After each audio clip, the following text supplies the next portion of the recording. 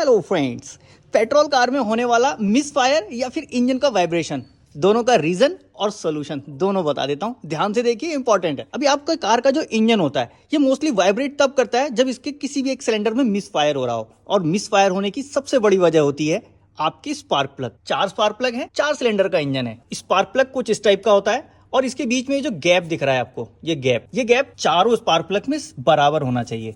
कितना होना चाहिए? हर कंपनी का अलग अलग रिकमेंडेशन होता है, लेकिन चारों प्लग का गैप या 3 है तो तीनों प्लग का गैप बिल्कुल बराबर होना चाहिए। और इस गैप को मेजर करने के लिए ये इस तरह का टूल यूज किया जाता है। तो अगर आपके कार में भी वाइब्रेशन और मिसफायर जैसा कोई सीन बन रहा है तो स्पार्क प्लग चेक कराइए, इनके गैप को चेक कराइए। छोटी सी इन्फॉर्मेशन थी, लेकिन जरूरत पड़ने पे बहुत काम आएगी। अगर काम की लगी होगी इन्फॉर्मेशन तो यहाँ पे लाइक जरूर कर दीजिएगा।